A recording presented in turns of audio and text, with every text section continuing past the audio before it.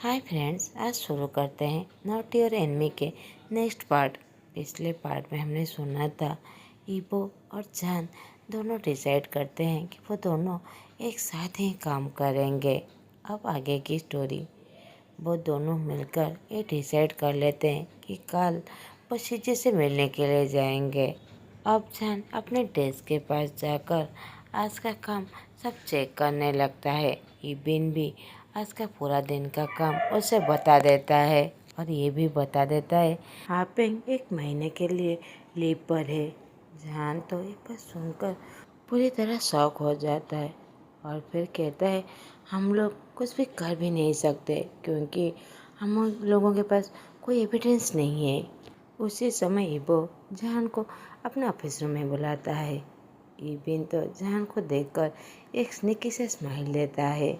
जान अपना हाथ ऊपर उठाते हुए ऐसा प्रिटेंड करता है जैसे वो भी उसे मारेगा। उसे डराते हुए इबो के रूम में चला जाता है। इबो कहता है जान बैठ जाओ और अपना हाथ दिखाओ।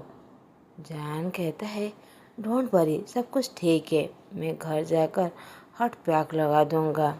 इबो कहता है नहीं, अभी ही दिखाओ, मैं यहीं पर बैंडेज कर देता हूँ जैसे तुम्हें अच्छा लगेगा। मगर जान तो उसे मना करने लगता है तो इबो कहता है गुड बॉय की तरह चुपचाप बैठे रहो। जान तो पूरी तरह शॉक हो जाता है कि इबो ने उसे एक बॉय कहकर कहा। जान आंखें को रोल करके पाउट बनाते हुए इबो की तरफ हाथ बढ़ा देता है। इबो जेल लगाकर वहाँ पर बैंडेज कर देता है। जान कहता है थैंक यू मिस्टर वांग इबो। इबो को अच्छे से पता था कि जान उसे चिढ़ा रहा है तो वो आंखें को रोल करने लगता है। इबो कहता है जान मैं तुम्हें घर पर छोड़कर आऊँगा। जान तो कहता है नहीं, मैं चला जाऊँगा। मगर इबो उसे फोर्सफुली कहता है नहीं, सीजे ने कहा है तुम्हारा क्या लेने के लिए, इसलिए तुम मना नहीं कर सकते। अब जान के पास कोई भी रास्ता नहीं था, वो अपने नया बॉस के साथ कोई आर्गू नहीं कर सकता, इसलिए वो इबो की बात पर मान जाता है। अब वो इबो के ऑफिस रूम से बाहर आ जाता है। इबिन जैसे ही जान के रिस्ट को देखता है वो विंक करते हुए कहता है मुझे नहीं पता था हमारा बॉस इतना ज़्यादा केयरिंग है, वो भी खास करके हमारे हैंडसम और ब्यूटीफुल जान के लिए। जान भी अनोइंग फेस बनाते हुए कहता है इबिन तुम इधर आओ और तुम्हारे रिश्त दिखाओ, मैं उसे ट्विस्ट कर देता हूँ, फिर देखते हैं कि हमारा नया बॉस तुम्हारा अच्छे से केयर करते हैं या फिर नहीं। ये कहकर वो इबिन को पकड़ने के लिए उसके पीछे पीछे भागने लगते हैं। इबिन भी वो भी आगे आगे भागने लगते हैं। वो सभी स्टाफ देखकर सभी जोर से हंसने लगते हैं और क्लैपिंग करने लगते हैं। कुछ ही सेकंड में सभी स्टॉप हो जाते हैं और सभी अपने काम में भाग जाते हैं। इबिन जान भी जैसे ही देखते हैं कि पूरी तरह साइलेंट हो गया है, वो दोनों रुक कर भी पीछे की तरफ देखने लगते हैं। जो इबो अपने रूम के बाहर अपने हाथों को फोल्ड करके चेस्ट के ऊपर रखकर उन दोनों को देख रहा है। जान उस पर करके इबिन को कहता है ये सब तुम्हारी वजह से। ये कहकर वो अपने काम में चला जाता है। इबिन भी गिगल करते हुए अपने काम में चला जाता है। कुछ देर बाद इबिन वाईएम कंपनी का रिसीट पेपर लेकर आता है जिसमें उसका ओनर वेन हाउ का सिग्नेचर था।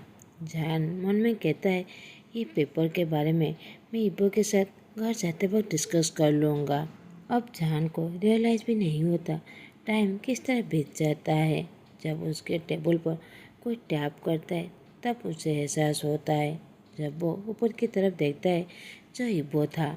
इबो कहता है जान ऑलरेडी 7 बज चुके हैं।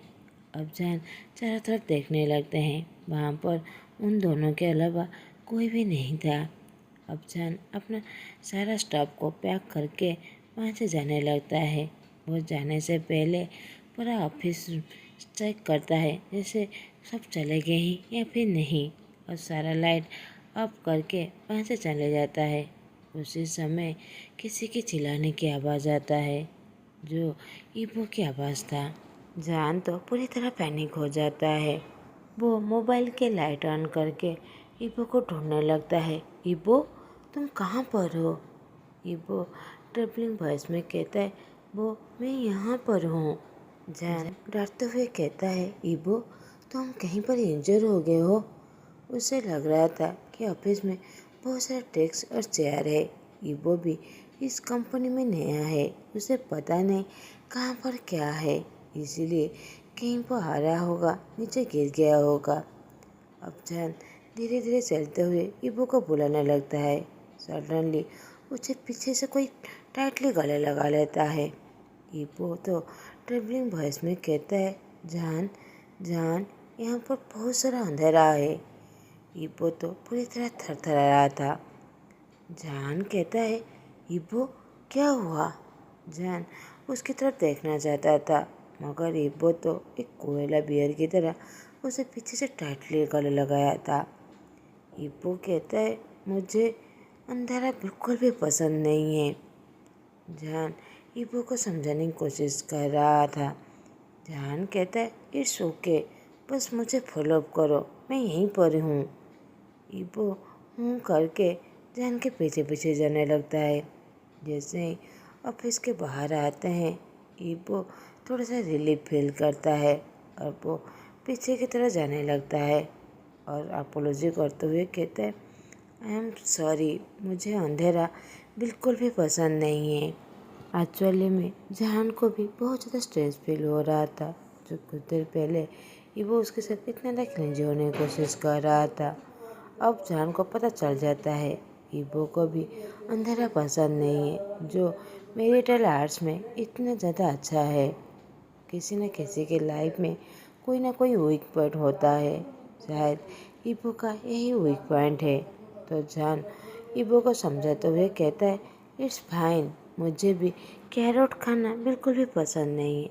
सभी को कोई ना कोई चीज़ पसंद नहीं आता। जान एक कहकर एक बड़ी सी स्माइल देता है। उसे पता नहीं था कि उसकी बातें ईबो पर इतना ज़्यादा इफेक्ट करेगा। फाइनली ईबो एक छोटी सी स्माइल देते हुए कहता है, बनी को कैरोट पसंद नहीं है, ये तो बहुत ज़्यादा क्यूट और फनी बातें हैं। जान कहता है, ग्रेट, तुम फाइनली हंसे, इसका मतलब तुम पूरी तरह ठीक हो। ईबो अब पूरी तरह सीरियस होता है और वो जान की तरफ देखते हुए कहता है, थैंक यू। बस थैंक यू का एक सिंपल सा वर्ड जान के लिए तो पूरी दुनिया वहीं पर रुक जाता है। वो बस ईबो की आंखों की तरफ ही देखता है, इसकी आंखें, उसकी नोज, उसकी हैंडसम, बस जान की हार्ट बीट पूरी तरह फास्ट हो जाता है। वो बस ईबो की तरफ ही देखता है। कुछ देर बाद अपने आप को समझाकर रिलीफ फील करते हुए कहता है, it's alright, you are welcome. ईबो जान की तरफ देखने लगता है। अब ईबो जान को पैसेंजर सीट पर बैठा लेता है। जान पूरे रास्ते पूरी तरह साइलेंट था, वो बस अपनी फीलिंग को समझने की कोशिश कर रहा था। जान 2 साल तक इंडिपेंडेंट रहना चाहता था।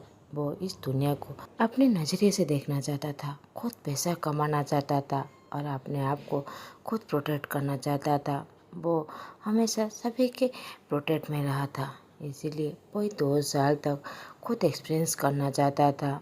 मगर अब क्या हो गया है, वो जब से ईबो के साथ रहने लगा है, उसकी लाइफ पूरी तरह चेंज हो गया है। जब से ईबो उसके आसपास रहता है, उसकी फीलिंग उसके बस में नहीं होता।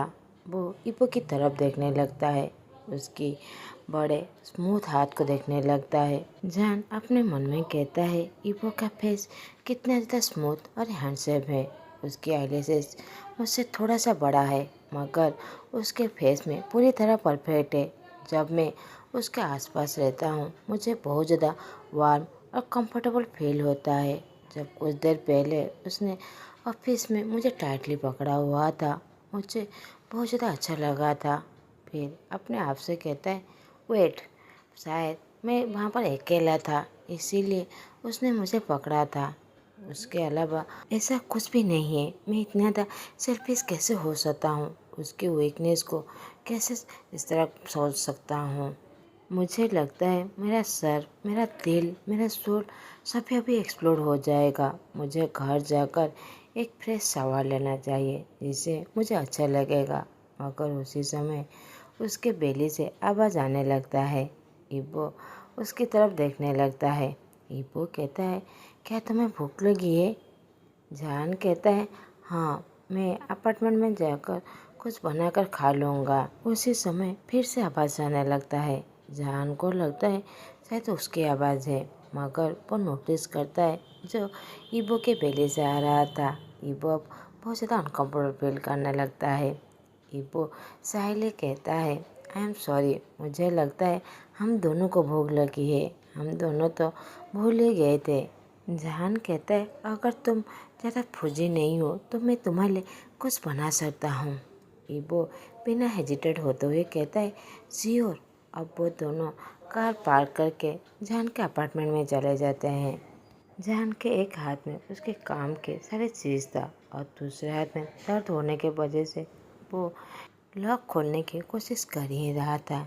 जैसे ही इबो देखता है, वो जहान के हाथ से लेकर खुद खोलने लगता है।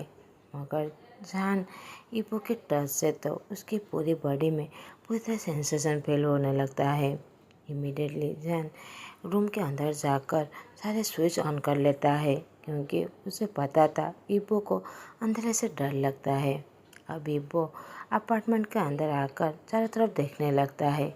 जहान कहता है, अगर तुम कुछ पीना चाहते हो तो फ्रिज में है, मैं अभी चेंज करके आता हूँ। अब जहान एक ट्रैक पैंट और स्वेट शर्ट पहन कर इबो के पास आ जाता है। इबो जो ड्राइंग रूम में उसका कुछ ड्राइंग और पेंटिंग देख रहा था। इबो कहता है, जान तुम बहुत ज़्यादा क्रिएटिव हो। जान मुस्कुराते हुए किचन रूम के अंदर चला जाता है। जान को तो इबो की एक बात है उसे बहुत अच्छा लगा था। उसका फेस तो स्लाइटली बर्न करने लगा था। वो बचपन से उसकी फैमिली उसे कुछ ना कुछ बातें बोल उसे तारीफ करते ही रहते थे, मगर आज इबो की तारीफ उसे बहुत ज़्यादा स्पेशल लगता है। अब जान इबो की तरफ देखते हुए कहता है, इबो मुझे लगता है मुझे इंस्टेंट रेमन नूडल्स वेजिटेबल और एग के साथ बनाना चाहिए। क्या ये वांग कॉर्पोरेशन हायर के लिए ठीक होगा? जान तो एक बार टीज करते हुए कह रहा था।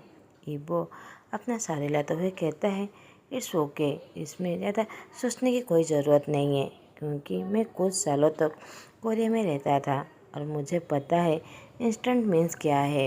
क्या मैं तुम्हारी मदद कर सकता हूँ? जान कहता है, तुम्हें खाना बनाना आता है?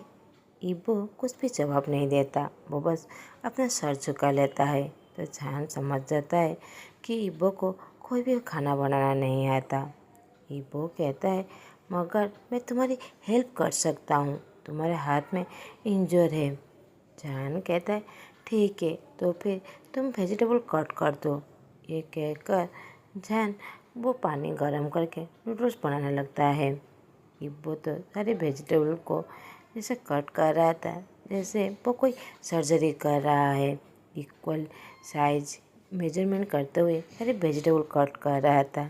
जान तो उसे इस तरह देखकर बड़े जोर से हंसने लगता है और कहता है, इब्बो सर, वेजिटेबल की लेंथ से खाने की टेस्ट में कोई भी बदलाव नहीं होगा। इबो तो हेल्पलेसली जान की तरफ देखने लगता है। अब जान खुद वेजिटेबल कट करने लगता है। अब फाइनली नूडल्स रेडी हो जाता है। अब वो दोनों नूडल्स खा रहे थे। जान नोटिस करता है इबो का फेस पूरी तरह रेड हो गया था, वो बस पानी पिए ही जा रहा था। जान कहता है, क्या तुम स्पाइसी नहीं खा सकते? तुमने मुझे क्यों नहीं कहा? इब्बो तो कुछ भी कहने की हालत भी नहीं था। जान क्विकली उसे गर्म पानी दे देता है जिससे उसे थोड़ा सा रिलीफ फील करे। जान इब्बो के जैकेट उतार कर उसे ठंडा करने की कोशिश करता है और वो नूडल्स लेकर उसे गर्म पानी में धोकर फिर से नॉन स्पाइसी सॉस मिलाकर उसके लिए मील रेडी कर देता है। इस इंसिडेंट से जान अच्छे से समझ गया था कि उसका नया बॉस वो स्पाइसेस नहीं खा सकता। अब मील करने के बाद वो दोनों काउच पर बैठे हुए थे। जान अपने पॉकेट से एक पर्ची निकालकर ईबो के दिखाते हुए कहता है, ये वाईएम कंपनी मिस्टर वेन हाउ के एड्रेस है जो ईबी ने दिया है। मुझे लगता है काश सज्जे से मिलने के बाद मैं यहाँ पर विजिट करने के लिए जाऊँ। ईबो तो जान की तरफ सीरियसली देखते हुए कहता है, मैं तुम्हारे साथ जाने वाला हूँ और इसमें तो कोई नेगोशिएबल नहीं होने वाला है। जान ये बात सुनकर पूरी तरह ब्लांकी हो जाता है। वो मन में कहता है, ये इतना ज़्यादा इंसिस्ट क्यों कर रहा है, वो हमेशा मेरे साथ जाने के लिए ऐसा क्यों कह रहा है, वो इतना ज़्यादा इससे क्यों इन्वॉल्व हो रहा है। वो तो कंपनी का बॉस है, उसे इतना ज़्यादा वरीड होने की कोई भी ज़रूरत नहीं है। अब हमें एक दूसरी जगह दिखाया जाता है जहाँ पर एक इंसान एक ओल्ड मैन को सारी बातें रिपोर्ट करते हुए कहता है, सर शाहजहान 7:45 को एक हैंडसम यंग मैन के साथ घर वापस आ गए थे। वो ओल्ड मैन कहता है, क्या वो इंसान सच्ची में हैंडसम था? तुमने उसकी कोई फ़ोटो क्लिक की है? वो इंसान कहता है, हाँ सर, मैंने कुछ फ़ोटो ली है। ये कहकर वो फ़ोटो दिखाने लगता है। वो ओल्ड मैन तो गुस्से से चिल्लाते हुए कहता है, ये सब क्या है? तुमने तो बस उस इंसान की पीछे की तस्वीर खींचा है, इससे मैं क्या जान सकता हूँ? वो इंसान डरते हुए कहता है, सर वो लोग बहुत स्पीड में चल रहे थे और वहाँ पर पूरी तरह अंधेरा था और मैं तो उनसे बहुत दूर था। मैं जूम से अपना बेस्ट देने की कोशिश किया है। वो ओल्ड मैन कहता है, ठीक है, तुम बस जान का पीछा करते रहो और हर मोमेंट का बस मुझे रिपोर्ट करो। हाँ, अगर उसे पता ना चल पाए कि तुम उसका पीछा कर रहे हो, नहीं तो तुम्हें पता है मैं तुम्हारे साथ क्या डील करूँगा। वो ओल्ड मैन तो वार्निंग देते हुए कहता है।